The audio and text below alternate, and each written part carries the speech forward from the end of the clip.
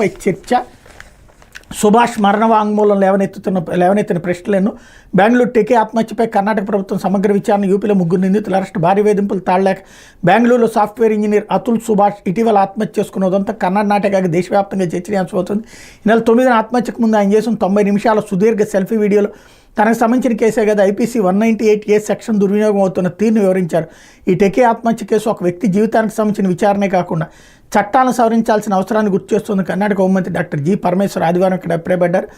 టెకీల జీవితాలు వారి స్టేటస్లో అప్లోడ్ చేసి అంత అందంగా ఉండవని, వారికి ఎన్నో ఆవేదనలు ఉన్నాయని ఘటన చెప్తోందని బెంగళూరుకు చెందిన పలు కుటుంబ పరిరక్షణ స్వచ్ఛంద సంస్థలు అభిప్రాయపడుతున్నాయి.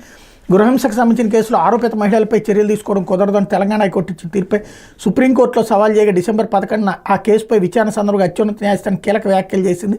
Justice BV Nagarathna, justice Koteshwar Singh నేతృత్వం ధర్మాసనం ఐపీసీ 498A చట్టం భర్త ఆయన కుటుంబ సభ్యులపై వ్యక్తిగత కక్షలు తీర్చుకునేందుకు భార్యకు అస్త్రంగా మారిందంటూ వ్యాఖ్యానించి మరో గృహహింస కేసులోని కర్ణాటక హైకోర్టు కూడా ఈ చట్టం దుర్వినియోగం కాకుండా చూడాల్సిన బాధ్యత న్యాయస్థానంపై ఉందని అభిప్రాయపడింది. టెకీ సుభాష్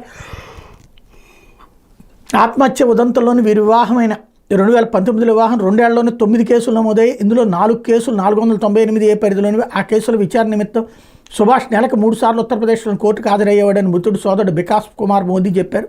వీళ్ళని ప్రతిసారి 30,000 సొంత ఖర్చే కాకుండా తన భార్య తరపు న్యాయవాదికి 10,000 ఇవ్వాల్సి వచ్చేదని గుర్తు చేశారు. ఉత్తరప్రదేశ్లో అరెస్ట్ అయితే బెంగళూరుకి తరలించారు. అతుల్ సుభాష్ ఆత్మహత్య కేసులో మృతుడి భార్య నిఖితా సింఘానియా, అత్త నిషా, బావమరిది అనురాగ్ లని బెంగళూరు నగర పోలీసులు ఉత్తరప్రదేశ్లోని ప్రయాగ్రాజ్లో ఆదివారం అరెస్ట్ చేసి బెంగళూరుకు తరలించాడు. ఇక్కడి కోర్టు వీరికి 14 రోజులు జ్యుడిషియల్ కస్టడీకి అనుమతించింది.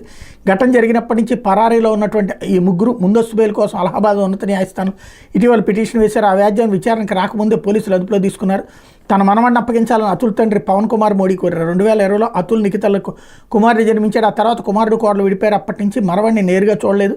వీడియో కాల్స్లోనే చూసాం. ఇప్పుడు ఆ చిన్నారిని ఎక్కడుంచారో తెలీదు, వాడికి ప్రాణాపాయం ఉందంటూ తీవ్ర ఆందోళన వ్యక్తం చేశారు. తన కుమారుడు మరణవాంగ్మూలంలో పేర్కొన్న ప్రకారం నిందితులకు శిక్ష పడే వరకు అస్థికలు నిమజ్జనం చేయబోనని తెలిపారు.